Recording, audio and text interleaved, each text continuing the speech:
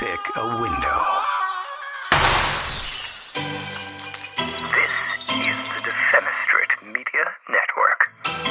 The Left Show is not intended for youngsters. It's not intended for the sensitive. It's certainly not intended for right-wingers. Use your own discretion. Awful swearing.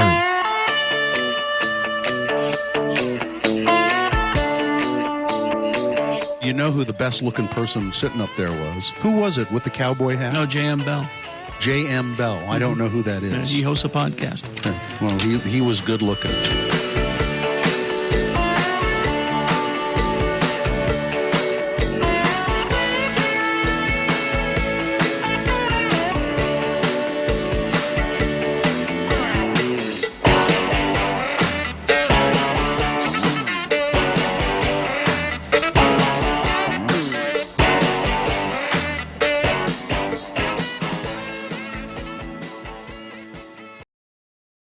You're listening to the world's greatest political podcast, The Left Show.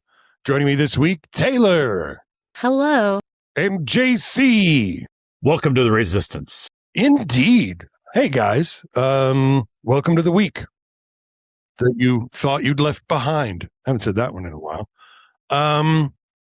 What's new? What's going on? Behind.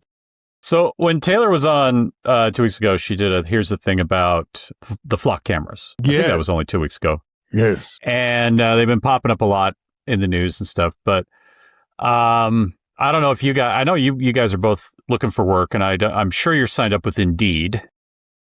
That is supposed to tailor tailor job opportunities to what you want. Mm-hmm. And I'm still getting stuff from Indeed from my stint of unemployment. And I'm actually applying for jobs where I'm like, oh, that's paying more than I'm currently making. And it's the same job I'm doing, so I'll just go do it. Do you see those Motorola ones? Yeah, I've seen the Motorola ones. So I got one the other day that made me think about Taylor because it popped up and it said web designer, blah, blah, blah, blah, blah. And it was paying significantly more than I'm making. And I was like, ooh.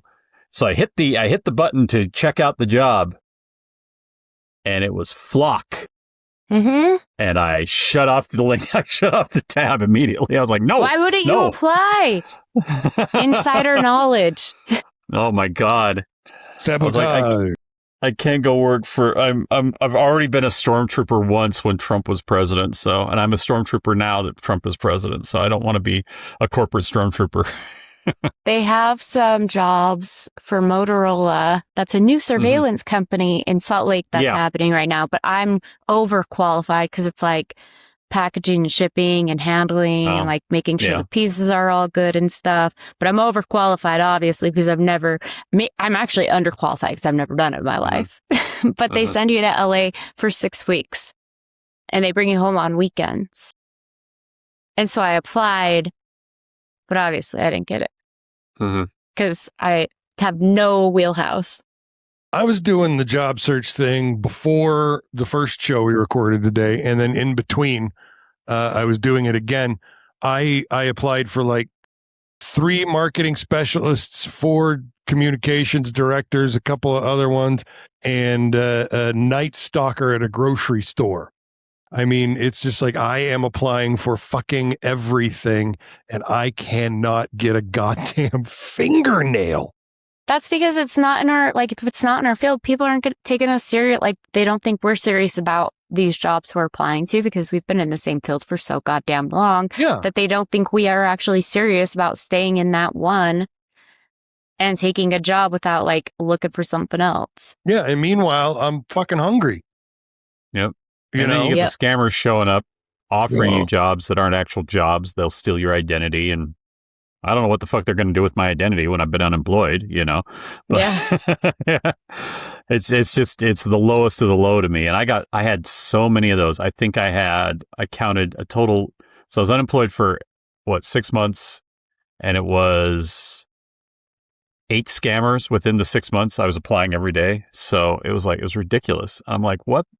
Even the scammers are ignoring me. It's hurting my feelings. Yeah, the scammers are annoying me too. Yeah. No, I got one today for DOJ. I don't know if you'd want to work if you want to go be a stormtrooper, but it was Webmaster technical writer. I don't know. Do they drug test for marijuanas? Not when you are well, it depends on the contracting company you work for. Some contracting companies do. Mine didn't. My current one did not. And I worried that, cause I'd just gotten a care package from Angus when he went through, Nevada. Such a good point. And, I was like, ooh, and then I had applied. They were having me do my security clearance for public trust, and I was like, I can't take these because I don't know if they're going to make me take a drug test. But they didn't, so I was fine so far. Yeah, knock on wood. But it's it is what it is. You never know, so you'd want to check. I don't know. Federally, because you have a green card, so maybe, the glaucoma green card, maybe. I mean, like, federally, it's legal, right? Like, it's legal. Weed is legal federally. No, isn't it? Illegal federally and legal state. Yeah, it's legal state. So then they take into account, okay, what are you doing? What's, is the state does your state allow it? And the majority of states allow it. I don't know why the fuck the Fed, well, I do know why the fuck the Fed, but the Fed should just make it legal, but they won't because it's currently Republican controlled. So I remember I was thinking about how people got federally charged in California before it became legal there, and they got federal charges because they were already in prison, and then they got caught again and blah, blah. Yeah. So I got my mix-ups with them being in jail still because it's federal charges. Those are the guys that every time a libertarian was running for president, they said, my first order of business as president will be to pardon everyone who was arrested, who was convicted of drug charges. And I'm like, you could only do it for the federal ones, but there were a fucking lot during the war on drugs because of the minimum sentencing laws. Well, if you got busted again, it would become a federal charge. So yeah, it's like there were a fuck ton at the time. It's the gentrification of fucking drug dealing. Yeah. Is what it is. It's like all the black folks go to prison for it, and then we legalize, and it's all white folks that are running all the dispensaries and grow farms and all of that. It's disgusting. And we legalize it, and meanwhile, these people are still in jail. Yeah. And minimum sentencing laws had them in jail without the possibility of parole for longer than rapists, burglars, and murderers in many cases. How else are you going to keep these private prisons funding other people? Right? If you have a drug conviction, and you're in prison, it's less likely you'll be on drugs, and they can make you work for free. Well, yeah, this is the whole thing. It's like that we have private prisons because slavery isn't Exactly. Yeah, that's exactly right. Slavery is illegal. I did a talk on that at the Drinking Liberally. How many years ago was Drinking Liberally? That was a minute ago. That was easily a decade ago, if not more, because Forrest was still with us. Well, that was Alec. Yeah. When Alec was in town, we got pulled in for Drinking Liberally to do that. And then we did that super embarrassing live podcast that nobody showed up to. We did it in an empty room. When I edited it later, I put background noise in because there were too many echoes. Yeah. The only way to make it listenable was to put a crowd, just a shuffling crowd noise behind it. And that was, I think that was when we lost. We ended up losing our first contributor. I'm not going to go into the story if you were around at the time, because they're a different person now. I don't feel like besmirching their who they are now, but yeah, that one was annoying. I don't know anything about them. I stopped paying any attention to them after that experience. So yeah. Yep. No, Alec. I mean, they're still a fucking thing. We didn't get rid of them. They didn't go away. They're still writing shitty legislation. They're still letting corporations are still writing legislation that they're pushing onto Republicans. And it's one of the reasons why Republicans have to desperately cling to power, because they don't have any good ideas. All their good ideas come from corporations, and we're pissed at the corporations. We're done with it. as a populace, and they have to keep running their ALEC legislation and make it look like it came out of their ass, not out of some corporate's ass. Yeah. Tiffany apologizes for not being with us today. She's having many seizures. We went a couple days without, and you just start getting your hopes up. So that happened, or is happening. That's when the other shoe drops. Yeah. Yeah. Everything. This has been the worst fucking month.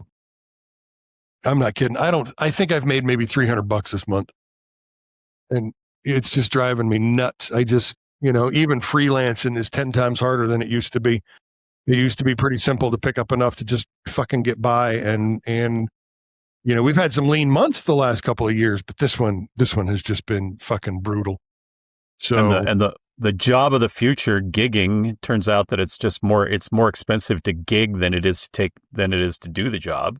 Oh, yeah. Yeah. When I was doing Uber, it cost me more in gas than I was making. And when I was doing DoorDash, it was costing me more in gas than I was making. And I don't get that shitty a gas mileage in my car. I get 28 pretty much on average. So I don't know. So if you're listening to The Left Show, hop on over to YouTube and find us on YouTube and run the video. You can do it without sound if you want to. In the background. Share, and subscribe. We monetize these, but when no one's watching, YouTube doesn't have any reason to send us money. So we need more people watching. Yeah, I'd prefer they went to Patreon where it's a little more immediate, but no, I like your long-term thinking, pal. Thinking ahead. I'm like, if you're not going to do Patreon, come on and do YouTube. I want to get us monetized on YouTube. Yeah. I watch too many people making money on YouTube, and I'm like, well, we should be making money on YouTube. We need better clips. Yep. Yeah. Everything we do is dire and sad and angry making. We need more comedy. Wasn't that the point of this show? Apparently, I try to be funny, but I just can't quite get there. No. And if you would like a t-shirt that says that I'm not funny, there's one available. Pop over to theleftshow.com, click on the little t-shirt there that says Garb Your Temple, and you can find all of the fun designs for all of the Defenestrate Media shows, including my favorite and only 1-star review. What is it? Basically, Jeff's not funny. Oh.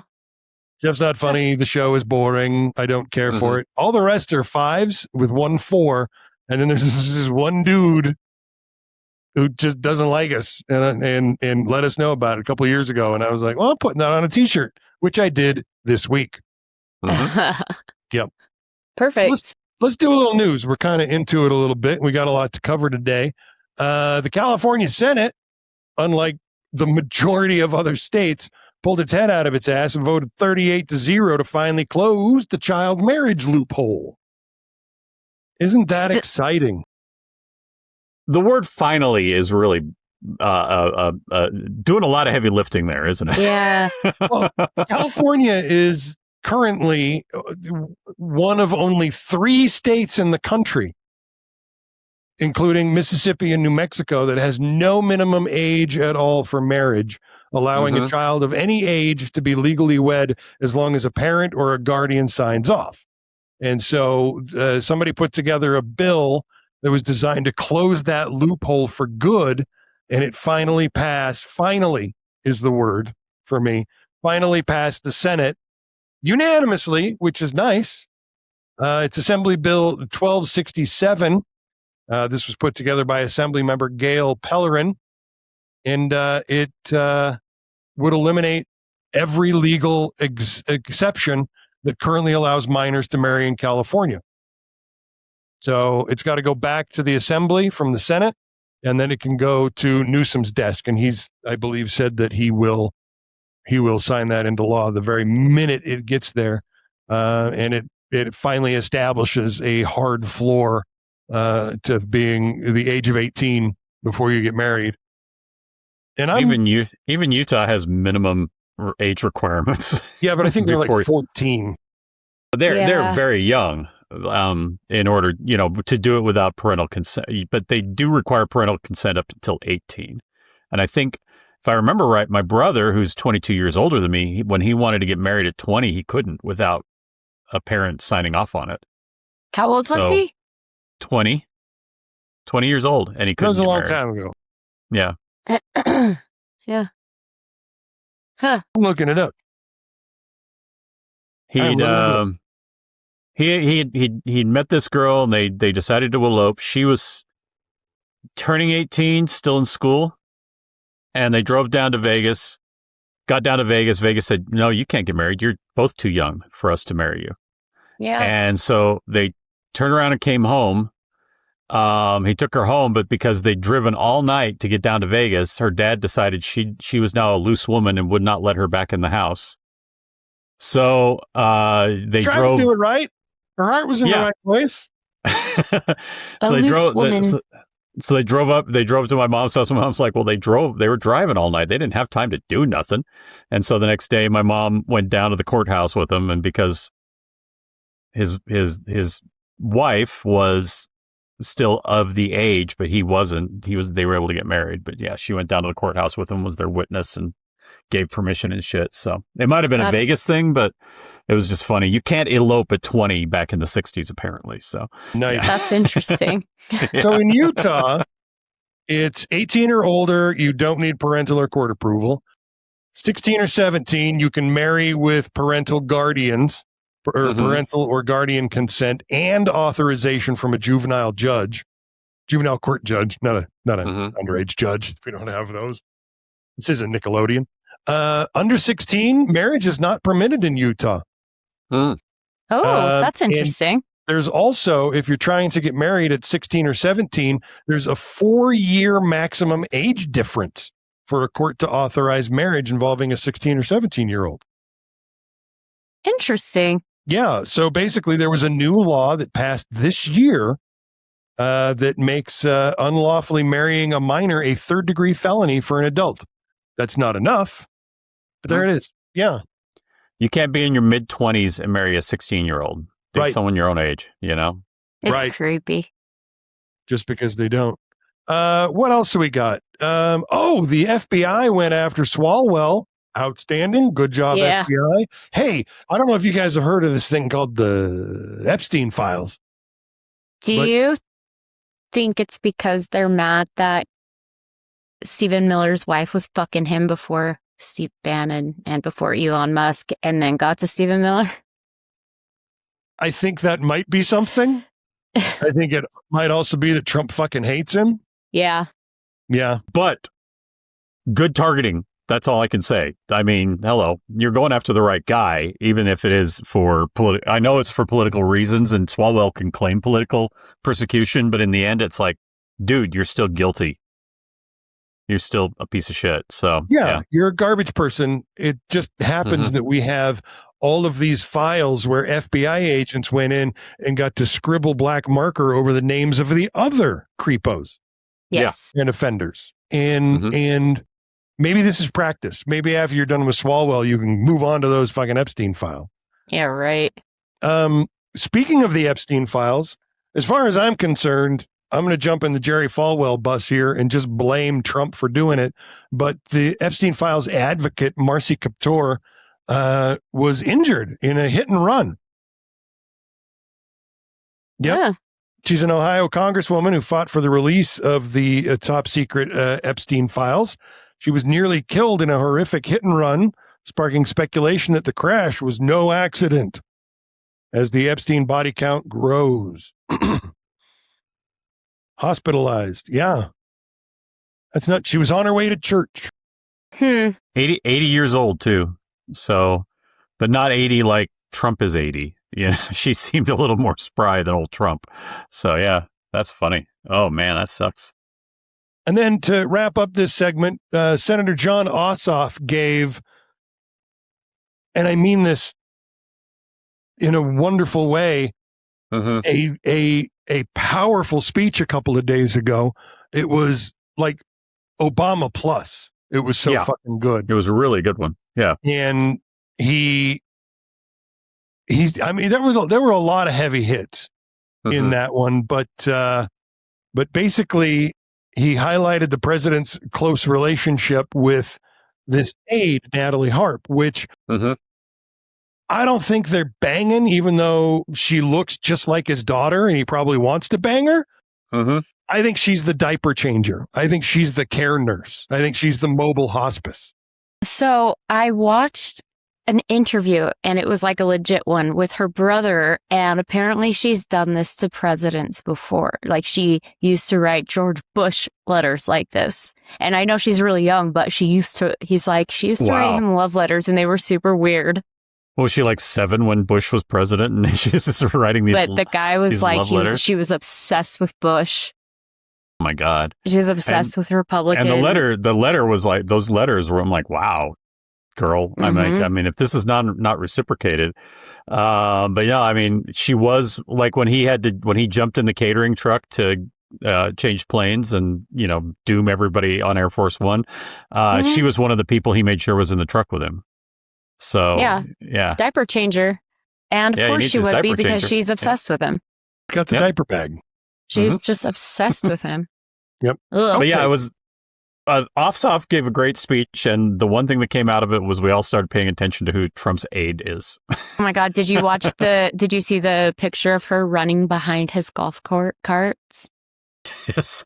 No, I did not see that. Yeah, because she's like, I didn't know, like, she wrote him an apology letter saying, like, I didn't know, like, I heard everybody's walking, that's why I didn't have the golf cart. And she's like running behind them like a fleet of golf carts. It was so funny.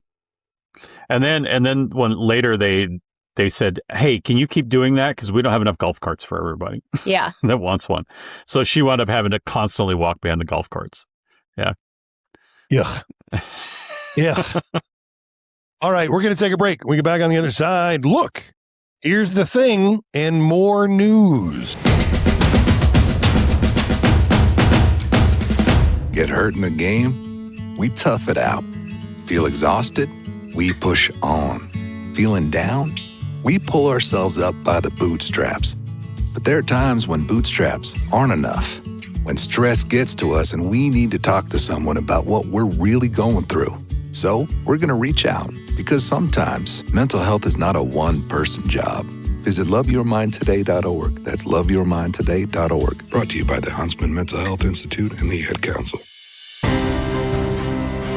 What if there was one place where comic book fans could get everything? News, reviews, debates, and deep dives every single week. And not just we read one issue and Googled the rest kind of takes. We're talking 15 years deep, over 600 episodes. That's right. The world's greatest comic book podcast has been breaking down Marvel, DC, indie books, movies, and fandom culture long before it was cool. Whether you're a lifelong collector, a casual fan who just saw the latest superhero movie, or someone trying to figure out where to even start, we have got you covered. And we don't always agree, which makes it way more fun. Yeah, way more fun. New episodes every Tuesday. Real opinions, real conversations. Zero gatekeeping. Check out the world's greatest comic book podcast at thecomicbookpodcast.com. Hey kids, comics!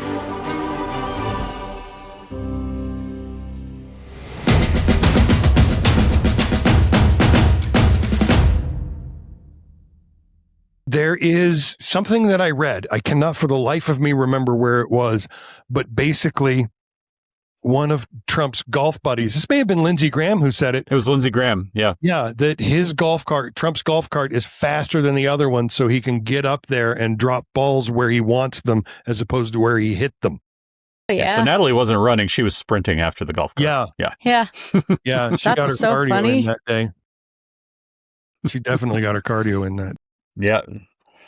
Wasn't just getting your steps. I mean, she was pushing it. Yeah. Yeah, absolutely. And I fully still, like, she's definitely a diaper guy because she is willing to do it, desperate. She'd be completely, yeah, she is desperate to do it. She really is. Ugh. If I didn't have a problem. You know, more than a couple of times.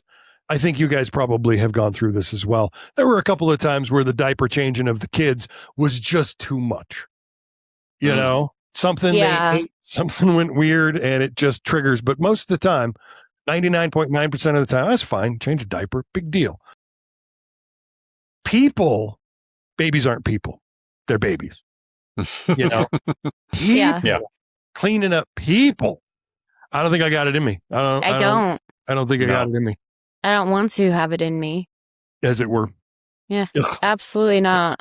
Honestly, if I get to the point where it's, I got to have a diaper and have it changed, I'll tell Angus, just put me in a home. Yeah. Let's pay someone to do this.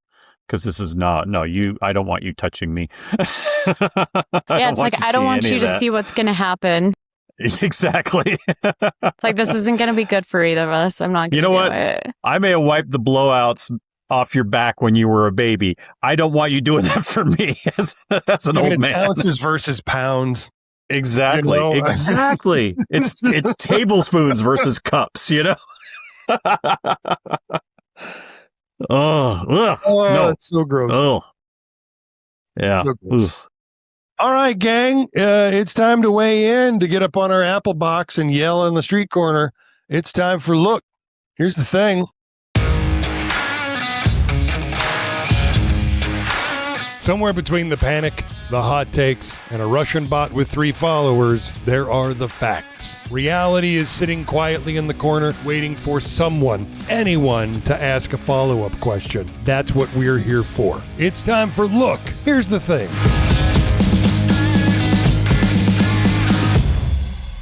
Look, here's the thing that scares me about the 2026 midterms. It's more than just Donald Trump. It's what happens when a president decides that the rules are optional. The states are an inconvenience and the courts are something to argue with. And an election is only legitimate if he likes the way it turned out. Because it's important to be really clear on something. The president does not own American elections. The Constitution gives states the major role in determining how federal elections are administered, with Congress having the power to regulate them. President has no magical election button. And yet we're watching the federal government push deeper and deeper into the machinery of elections. And we're talking about executive orders affecting voting procedures. We're talking about attempts to obtain sensitive voter information. We're talking about pressure on states over election administration. And we're talking about restrictions on mail-in voting. And while we're talking about a president openly entertaining the idea of extraordinary measures around the midterms, and you might say, well, the courts will stop it. Have you noticed an East Wing on the fucking White House anymore? Yeah. Yeah. Because democracy isn't supposed to work by having one person push the boundaries of presidential power until a judge says, well, that's okay, that's far enough. The guardrails are supposed to work well before we get to the cliff. Yes. And that's where it gets even more dangerous. And we're entering an election cycle where Americans increasingly do not know what information they can trust. AI can manufacture videos. It can manufacture voices. It can manufacture political advertisements. It can manufacture polling data. And just this week, we watched a fake polling operation successfully inject fabricated numbers into the political conversation before being exposed. And so a fake video appears showing a candidate saying something that they never said. A fake poll tells voters that their candidate's 12 points ahead. A fake social media account creates the appearance that thousands of people are furious about something when only 5 or 6 give a shit. A rumor spreads that polling places are going to be unsafe. Another one says that voting machines are rigged. And another one says that the election has already been stolen. And by the time anybody figures out what's true, millions of people have already seen it. And that's the core of the danger, because you don't necessarily have to steal an election if you can convince enough people that the election can't be trusted. And that's why I keep coming back to one central question, and that is, can Americans tell what's real anymore? Because if we can't agree on basic facts, we're incredibly vulnerable to anybody willing to manufacture them. And this is why the midterms are going to become so fucking important, is the 2026 election isn't just Democrats versus Republicans. It's about whether the president is allowed to keep accumulating power while Congress is basically flaccid. It's about whether states can administer their own elections without political coercion from D.C. It's about whether courts remain independent enough to say no when presidents overreach. And it's about whether election officials can do their jobs without becoming targets. And flatly, it's about whether voters can actually figure out what the fuck is true before they walk into a voting booth. And this is the part that I wish more people would understand. It's not a Democratic Party problem. If you believe in limited government, states' rights, separation of powers, individual liberty, you should be deeply uncomfortable with the concentrated federal power, regardless of which party controls the White House, because eventually the person wielding that power won't be the person that you voted for. And that's how constitutional government's supposed to work. We don't build safeguards because we trust the person currently in charge. We build safeguards because we don't know who's going to be running the show next. So yeah, I'm worried about Trump, but I'm even more worried about what happens when we normalize the idea that presidential power has no meaningful limits. Once we normalize that, the question isn't whether the next president will use that power. The question is what they're going to use it for. And so, as we approach the midterms, that's what we're voting on. It's not just candidates and it's not just parties, it's guardrails. And maybe more importantly, whether we still have enough shared reality left to recognize when the guardrails are being torn down. I will still vote blue no matter who. But I know what I'm voting for. Right? Yeah. That's it. I'm done. It just the people understand, like, we are stuck with some of these politicians until we get rid of Trump. Like, I don't think they understand that we're stuck with Hakeem Jeffries until we get rid of Trump, or Cory Booker until we get rid of Trump. You think that we're going to throw somebody in there? Like, right? If it's like, no, we're still going to vote for them. Even though we don't necessarily like them, we're still going to have to vote for them. Because if you want better, then we have to clean up this mess. Yeah. But, okay, go off and don't vote blue because you're a little bitch who thinks everybody's a Zionist or a MAGA or I don't even know. I saw a meme the other day that said, I understand the Democrats have disappointed you in recent years, and your choices between candidates who disappoint you and candidates who are going to completely undermine the entire foundation of the United States and turn us into a totalitarian fascist regime. I understand you've got, it's a tough choice to make. Yeah. No, you don't have, they're going to disappoint you. Politicians always fucking disappoint you. There is not a perfect politician except for Mamdani. Mm-hmm. Obviously. AOC's pretty close. Right. Yeah, she's pretty close. Yeah. AOC, Mamdani. For what she can do, she is close to perfect. Bernie's perfect, except he's old. Nah. Bernie says robot. Yeah, he's when old and says robot. AI, he says robot. And it's like, buddy, seriously, get a staffer to do this one. Yeah, but Mamdani has a very small area that he takes care of, and that's why he's the perfect one. AOC is very close to perfect because she can only do so much too. Yeah. Yep. We're actually going to talk about him in a minute. In fact, I will move that one forward just because it hits. But he rides his bicycle everywhere he goes. Yes. Mm-hmm. Right? And he does it in the suit, his big old smile. And basically the internet was like, hey, Zoran, where's your fucking helmet? Mm-hmm. And a lot of people brought it up. And he's like, you know what? You're right. I'm wrong. I'm still learning. I'm getting a helmet. It was a wonderful little video. Where he did this influencer thing. Yeah. Yeah. Put on a little helmet. And he looked adorable. And now he wears a helmet when he rides his bicycle because that's the smart thing to do, as we, especially the Gen Xers realized that riding without a helmet was pretty fucking stupid back in the day, considering all the bullshit that I did on bicycles. Yeah, so they look dorky. Of course, the right wing lost their fucking minds about it. Mm-hmm. They're just like, oh my God, Sharia law. And I'm like, Sharia law has nothing to do with bike helmets. There's no Sharia law. He isn't telling everybody to wear a fucking helmet. He was saying, you're right. I'm learning. I'm going to wear a helmet now because I have to set an example. You know, he did the things that the GOP never does. One, he admitted he was wrong. Two, he admitted he could learn something from his voters and constituency. And three, he decided he would be a good example for people instead of a shitty example. There's a quote or a response on social media that I liked that reads, "First in my bloodline to hear a politician say you're right, I've got to do better. I honestly feel like witnessing a politician simply say you're right, I've got to do better just healed something within me. It's so easy to do, and yet so few people, not just politicians, have the humility to do it." Yeah. Yeah. And that is, I watched the video and was like, oh yeah, I guess, because look, I'm new to helmets. It's true. Oh, it's cracking me up. And you were a motorcycle rider for a long time.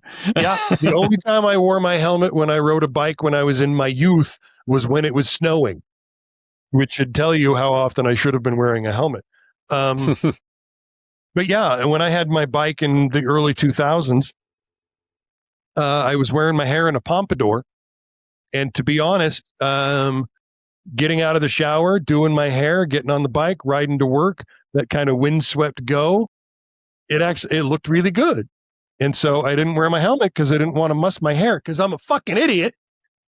And then one day, one of my kids told me that she would like it if I wore a helmet because she wanted her daddy alive because she knew that accidents happened to motorcycles because some fucking busybody teacher at school told her all about helmets. And I'm like, okay, I'll wear a helmet. Just, fucking fine. reality that Fine. bad shit happens to motorcyclists and scooter riders and bicyclists. Like the thing I praise is Mondami's willing to ride his bicycle to work when he's like one of the most targeted politicians in this country right now. Yeah. And he's out on a bicycle without body armor, I'm like, this guy should be driven around the Pope Mobile.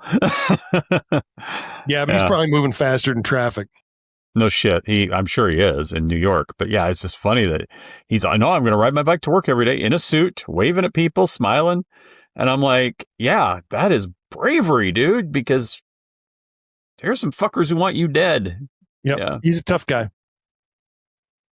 Representative Randy Fine from Florida, I'll bet you can guess what party he's in, denied that it was him on a constituent's porch, fucking around with the stuff that was there, going through their mail, everything else, even though the Ring camera shows him.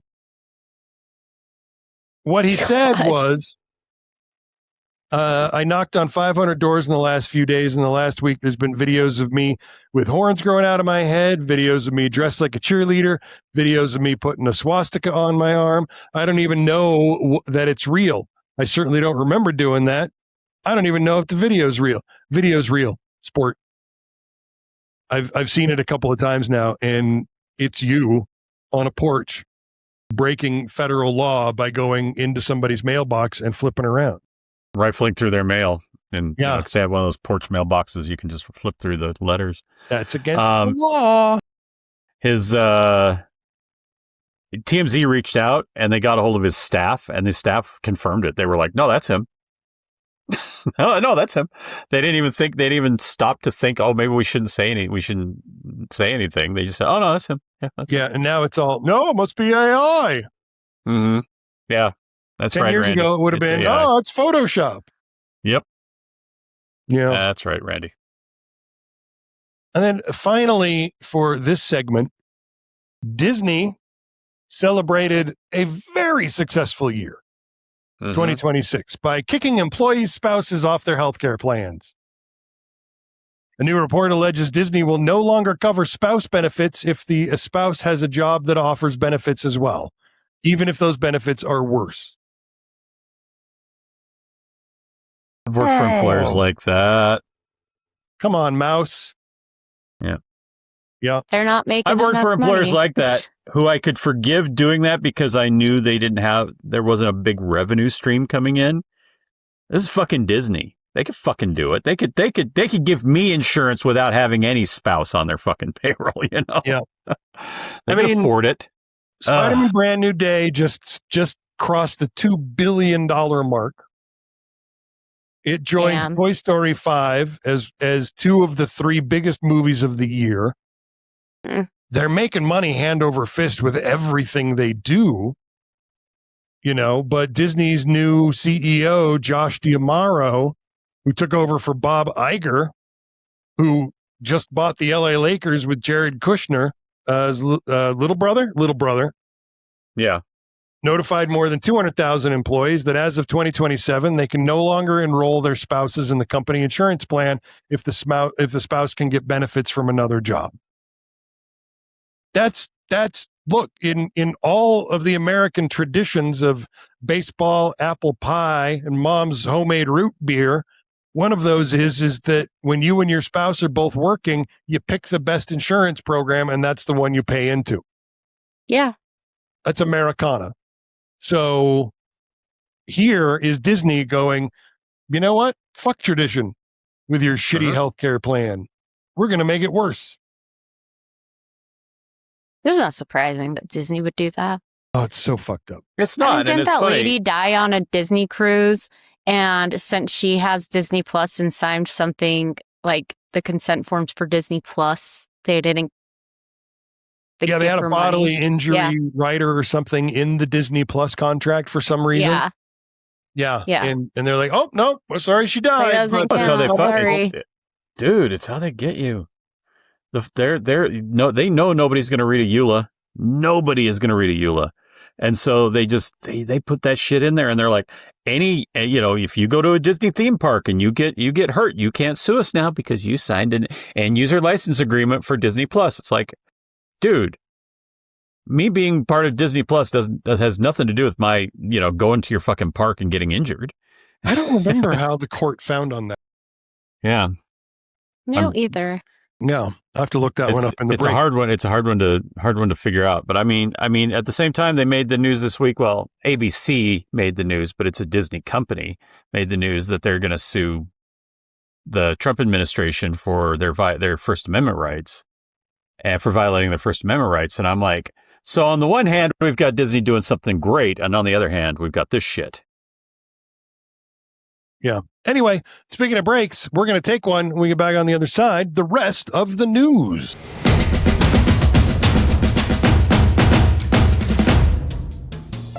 Hey, folks, Jeff here. So, you want to start a podcast?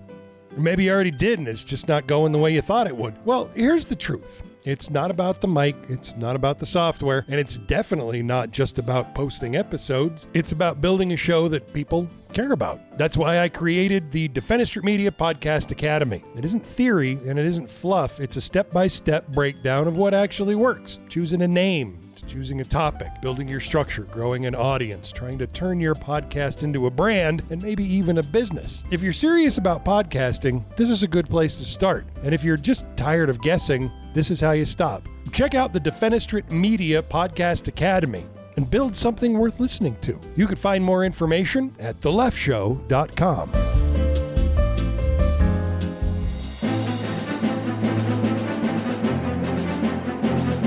In a world where MAGA is banning and burning books, it is a revolutionary act to read. It's Monday in America is a bold collection from The Left Show's J.M. Bell about politics, family, aging, and the uncomfortable truths we keep avoiding. No talking points, just real life in a divided country. Order your copy of It's Monday in America today for just $14.99 at mondayinamerica.com. If you're looking to feel hopeful or inspired, or if you're just frustrated and unsure about where we're headed, this book provides a unique look at the life of a Gen X liberal, the challenges and victories, and the question, what kind of world have we built for our children? It's Monday in America. $14.99 at mondayinamerica.com. It's Monday in America. Better to die on your feet than live on your knees.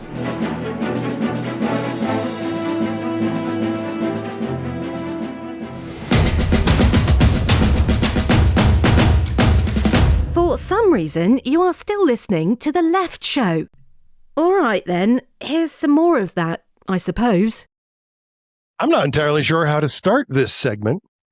To do the bullshit blather that we do at the beginning of each segment, so that we don't run short.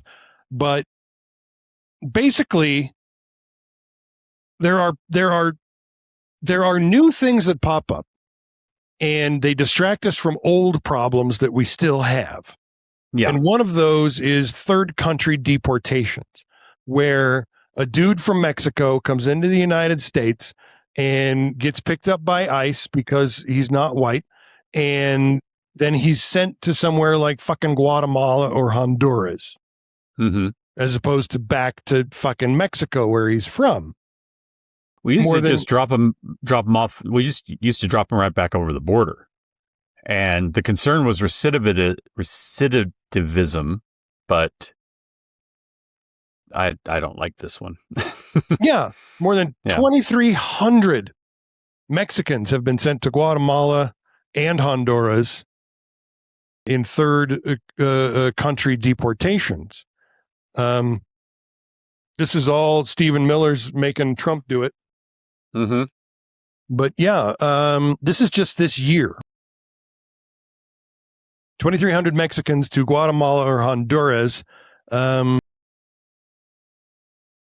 According to official data, the shift from the beginning of Trump's second term, when they weren't doing it as often. Until now, Mexicans deported from the United States were sent almost exclusively back to their country, either by airplane or by bus.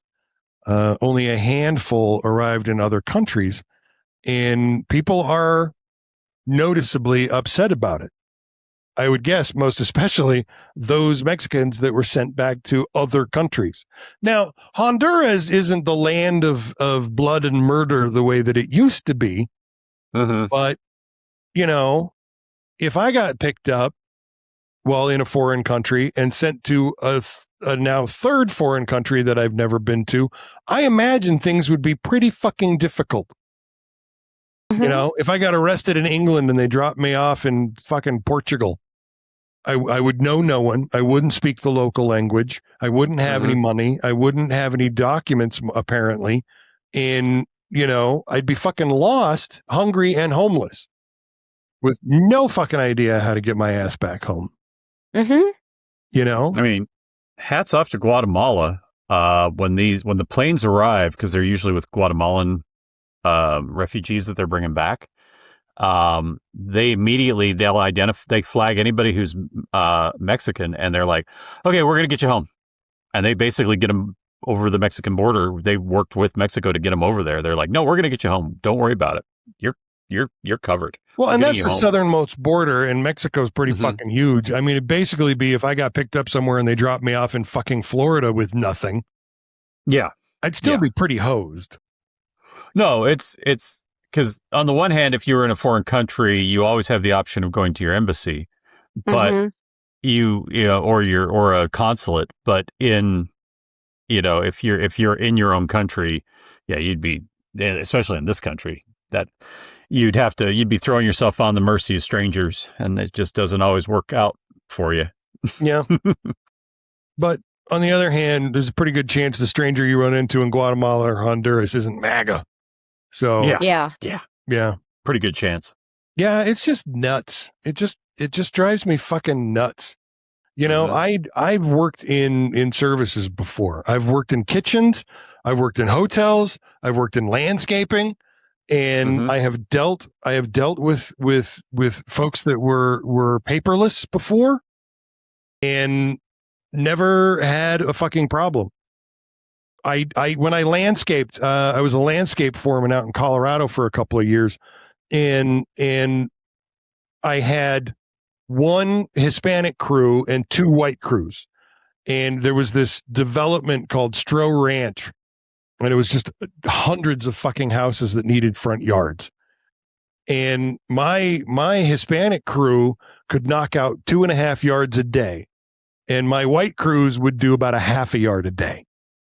And so I remember these guys were getting paid $4.50 an hour it's roundabout minimum wage. And I went to the owner of the company and was like, hey, can I get my guys up to $7 an hour? He's like, oh, I don't know, this and that and the other, and illegal and this and that and blah, blah. And I'm like, dude, they're knocking out 2.5 yards to every 1 yard the 2 white crews are doing.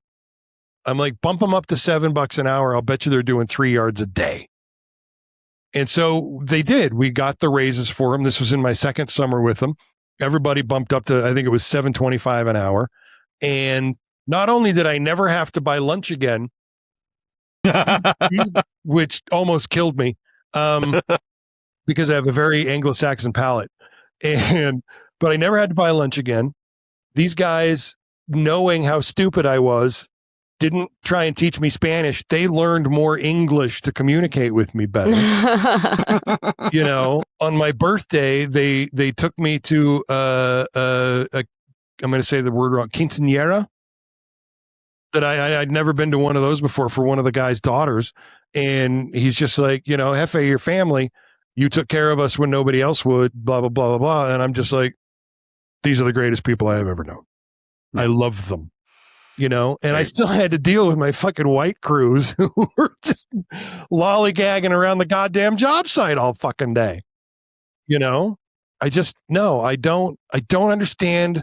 I do not understand. I honestly cannot wrap my head around the hate for people that are shorter than me and browner than me. Stephen Miller was a kid. His mom moved them to L.A. or somewhere in Southern California, and apparently it was in a mostly Latino neighborhood, and he got beat up all the time. Well, he probably had it coming because he's a fucking weirdo. Yeah, he absolutely had it coming, and I'm sure he mouthed off more than once and got his mouth smacked for it. So basically, this has all been just his revenge on the bullies of his childhood. I mean, have you watched him go on about being a tough guy and everything when he goes on the news? And it's like, dude, you're not a tough guy when your voice goes up like this when you're fucking mad. I try and listen to him as little as possible. With a hearty sneeze. You could. Yeah. It would be as old as I am now, and as much as all the bendy parts on me hurt. Yeah. I have no. And you know what, MAGA, you guys who listen to this to take shits on me, tell him. I'll climb in the ring with Stephen Miller. You bet. I'll tie one fucking arm behind my back. My left arm, I'm in my 50s. But no, you know, I could take Stephen Miller. That's no problem. And I'd be happy to. Let's go, tough guy. You alpha male bitch. Come on. With two shoulder injuries, I would not have any fear of taking him on. Yeah. Here's the thing. I'll take him on. I don't care. There you go. Yeah. But here's the thing. It's these alpha male guys who say that they are more manly than other men are perhaps unintentionally supporting the idea that gender's on a spectrum. And this part of the spectrum, they're like, this is where the mightiest men are, and then this is where the Democrats are, and here's where the sissy boys are, and here's where these are, and this. All they're doing is just reinforcing that gender is a spectrum. Yeah. Yes. So it's very progressive of MAGA. Way to go. You're the least feminine. Good for you. Yeah. You tell me that, but you seem to be happy every time you get arrested. Oh, jail joke. No, it's seriously, it's if you got to tell me how manly you are. No, you're not. You're not. You're really not. It's ridiculous. I just say, that's great. Hey, what's your skincare routine? You know, see how they answer. I do an ageless moisturizer with an SPF in it, just in case I accidentally wander outside. And then I got some other stuff for my eyes. And I'm manly enough to admit that I moisturize because I'm aging and I'm not comfortable with it. I'm not. I don't enjoy this. Every time I look in the mirror, I'm like, come on! What the fuck? Yeah, mine's a SPF 30 moisturizer I get from Harry's. That's SPF, very important. You know, it's like, I don't like getting a burned nose or cheeks. So, yeah. Well, I don't care for the cancer. No, which I still need to take care of here at some point. I've got to get some insurance because I can't afford to get all this shit cut out of me right now. And I try not to worry about it. I try not to think about it, but I do. I'm a little obsessed with it and how helpless I am to do anything about it at this particular point in my life. It's freaking me out. You know, I want to be like the head of the Utah Olympic Committee just passed away over the weekend at 58 years old. I don't know of what. I don't know anything, but it's like, I don't want to be that story with an age that is less than my father's when he died. I'd like to outlive my dad. I've said many a times, I wish to outlive my father. Yes. Yeah. Not in the mood. Not in the mood, folks. Speaking of not in the mood, the military, our military, the United States military, was off doing what they do, which is sometimes bombing other countries full of brown people that we don't agree with, or military exercises with our allies. Now, one ally that we do military exercises with quite often, just to sort of keep our foot in the region, is South Korea. Because there's a lot in that area that's kind of fucked up, including, I don't know, what's the name? North Korea. I've heard of them. Kim Jong-un. We inserted ourselves into a civil war back in 1950, and we need to keep our agreements, basically, is what they've been doing. Yeah. Yeah. So Kim Jong-un called up Trump and was like, I'm super uncomfortable with you guys doing military exercises with your ally of 70 plus years now.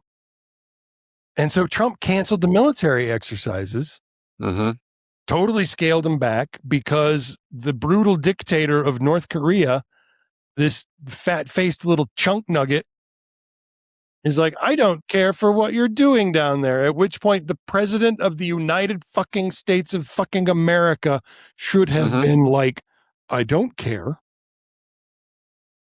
I'm American. Yeah. I get to go military anywhere I want. Take a look at Iran. And instead he's like, oh, we're in love. I'll do whatever my sweet little chunk nugget wants. Yeah. They're hostile to North Korea, and besides, South Korea won't help me in my fight with Iran. Yeah. Yep. What did he say? Based on my very good relationship with Kim Jong-un of North Korea, I am not happy with the fact that the United States has long ago agreed to participate in joint military exercises with South Korea. These exercises are not only costly, with much of the cost paid for by the United States of America. It's because we're training our guys. We're training our guys. This is how you learn. You learn by doing. You don't understand that because you've never learned anything, Donald Trump. You learn by doing. Yeah. It's important. He said, but send a signal that is totally inappropriate and hostile to a country that, as long as Donald J. Trump has been president, has been unthreatening and respectful. Well, except for shooting missiles over fucking Japan. Yeah. Yeah. Which Trump just ignored. Yeah. He's so gross. He's just such a festering boil. Bill Cassidy, Republican senator, said, and I'm so sorry, RFK misled me to get my confirmation vote. Sure. The guy's got not only a worm in his head and a previous heroin addiction, but is not a doctor. And you put him in the doctor job. You put him in the job where a doctor is supposed to go. And instead, you got a guy who is wildly anti-vax. It's heavily noted. It's heavily documented. Even other Republicans were like, this dude's bad news. And he's like, well, he said he'd behave. I'll just ignore all the Supreme Court justices that also lied in front of Congress and just give it to him. And now he's like, yeah, it's pretty evident he misled me. Oh, God. Yeah, think, Bill? Yeah, think? Oh, my. Cassidy. Fuck Bill Cassidy. Or don't, because he doesn't deserve it. No, he does not. Now- He didn't earn it. That's it. My favorite one, my favorite little piddle pants whiner, Utah Senate President, Ugh, Samuel Lamb. who lost in a primary. Stuart Adams lost his primary, so he's a lame duck now. But what he's doing is threatening to sue 4 people that said mean things about him, including State Auditor Tina Cannon, for statements his attorneys say were false and defamatory about his role in the approval of a controversial Box Elder data center and changing a law that benefited a relative charged with statutory rape, and also relocating the auditor's office, which of all of the things I don't really give a shit about. But yeah, 3 letters dated August 13th and obtained by the Salt Lake Tribune were sent to 4 people, demanding they retract their allegedly defamatory statements within 14 days of receiving the letters, or Adams is, quote, prepared to promptly take all steps necessary to protect his rights. You already lost. Okay, put on some dry pants. Go ahead and put on a fakie, put on a Depends like your hero Donald Trump wears. Mm-hmm. But from what I understand, cannot stop a blowout. Probably not. No. He looks like he's been doubling up lately. Yep. Yeah. The number of different, well, we pretty much stuck to Huggies, but still, they were supposed to hug it, and no blowouts happen. We're all parents, we know. There is nothing short of duct tape that'll stop a blowout. You know, and I don't think duct tape's strong enough to stop a good blowout. I don't think so. Tina Cannon says, I refuse to be bullied by President Adams, and I certainly won't be bullied by Mr. Adams. Nice. Nailed it. Perfect. Yeah. Perfect. No notes. Well done. I love it. I love it. But that is it, guys. We're at the end of the show. Everything else we talk about is going to move over to Patreon, patreon.com/dfenmedia. Every week that we record, put special content over there for our Patreon family. Look, it is a low-cost way to get an introduction to the behind-the-scenes of all of the shows here on Defenestrate Media, including the world's greatest comic book podcast, I Told You So, and Gen X, which is funny. It is the world's greatest multi-generational pop culture podcast every week here on theleftshow.com. You can listen to it. That's at Defen Media, patreon.com/DEFEN Media. But that's it, gang. How you doing? How do you feel? Did we do it? Good. Yeah. Did we do a good job? I think so. we did a good job. All right. Well, let's go ahead and say thank you to Taylor. Glad to be here. Thank you to JC. You're welcome, America. And we will see you next week. If you've made it this far, you might as well join us on Patreon. Patreon.com/DFenMedia. This episode and more always available at www.theleftshow.com.